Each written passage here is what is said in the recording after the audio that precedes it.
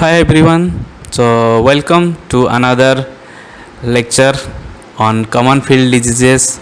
Okay, today we'll deal with acidosis, another most common disease in field. You will find acidosis cases in most of the municipality areas and NSC areas. Okay, why we'll discuss later. So coming to the acidosis, first the signs and symptoms. Okay, the pathogenesis and all other thing you read it on your own. The in field you will find the signs like enlarged abdomen, that is bloating. It may be gaseous or frothy. Most of the time it is frothy. Next, colic and shallow and rapid respiration.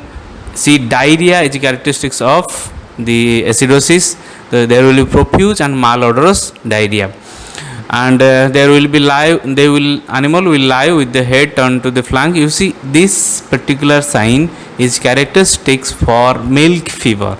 Okay, the differential diagnosis between the acidosis and the milk fever with this particular sign is, in case of milk fever you will find a history of recent parturition, while in case of acidosis you will find a history of eating anything carbohydrate rich. Okay, next you will find laminitis. It may be acute or chronic. Okay, laminitis is basically inflammation of hoof. The signs of laminitis is basically the limping or lameness. You see, this is enlarged abdomen. You see, the rumen is present to the left side. Okay, so the left side abdomen is swelled up. Can you mark the enlarged abdomen only on left side? Okay, this is nothing but bloating. Okay, in the right side is not swelled up or enlarged, that is why the bloating is on the left side. It means the rumen is filled with any material, maybe gas or froth, which is causing the enlargement. Next you will find diarrhea. You see the diarrhea. Okay, there will be profuse diarrhea, plenty of the feed material which he or she might have eaten. Next, lie with head onto the flank. You see, this is a characteristic in case of milk fever, but you may find this sign in case of acidosis. So you know the differential diagnosis between the acidosis and the milk fever. So now coming to the diagnosis part. Okay, so how you will diagnose the acidosis? First and the foremost and the most important is history. Okay, from history also you can diagnose it is acidosis or not. The history is eating carbohydrate rich substances, whether it is leftover rice or any vegetable waste or concentrates. Okay, these are basically carbohydrate rich substances which may lead to fermentation and production of lactic acid. Now you will check the rumen motility. Okay, so the rumen motility is normally 2 to 3 contractions in 1 to 2 minutes. Okay, the hypomotility means it may be less than 2, absent means 0. Okay, now you can go for the rumen ballotment.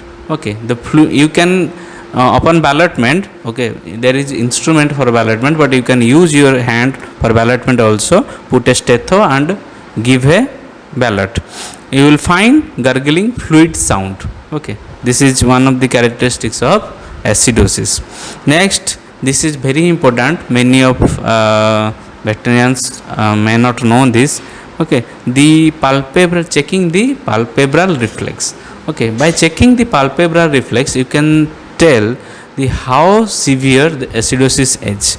Okay, it may be rapid to sluggish to absent. Okay, by this degree you can tell whether the acidosis is mild or severe.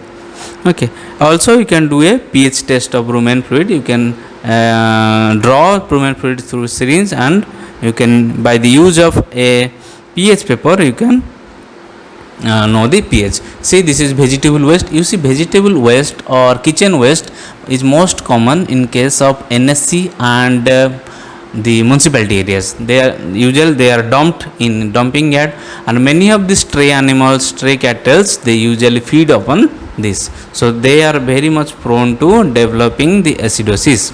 Now this is rumen motility, checking the rumen motility. So how to check? You see this is paralumbar fossa, you can see this triangle. Okay, this is paralumbar fossa. Put your fist on the paralumbar fossa, slightly press it to so that you can touch the rumen.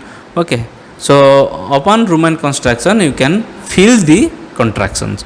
Okay, so by this way you can check the rumen motility. Very easy, very easy to perform also. So you can know, but I mean to say that a very simple examination can aid in your diagnosis. Next, the palpebral reflex check. You see these two, this is upper eyelid and this is lower eyelid. So move your finger between these two, or you can move your finger to just like you are touching the cornea. So the animal will try to close the eyes. So this is palpebral reflex. So the time taken for palpebral reflex can be measured, or you can relatively tell whether it is rapid or moderate, or it is sluggish, or it is absent. By this you can tell the severity of the acidosis, so that you can treat accordingly. This is pH test. This is basically a pH paper. You can find in market also. This pH papers is very available in any market. Okay, you can keep some samples with you so that you can do a pH test. Okay, pH test can give you a better result. Okay, if pH is less than 5, you can tell this is a case of acidosis. Now coming to the treatment. The water can be restricted in case of acidosis case if diagnosed early. So the first 18 to 24 hours you may restrict water intake. The drug of choice, or the drug which is given to treat acidosis, is sodium bicarbonate. Usually in market here in Odisha you may find 7.5% sodium bicarbonate. Okay, the dose and the amount you can follow on your own. Okay, you can give antibiotics to reduce the bacterial load.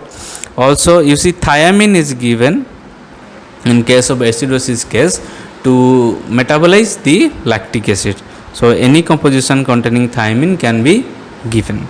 So and also you can advise the farmer for good quality roughage for next 2 to 4 days. Avoid concentrates. Okay, this is advice you can give to the farmer.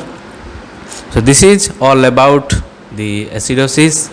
This is very common disease in field, very easy to treat also if diagnosed early. Okay, so remember all the points. Thank you.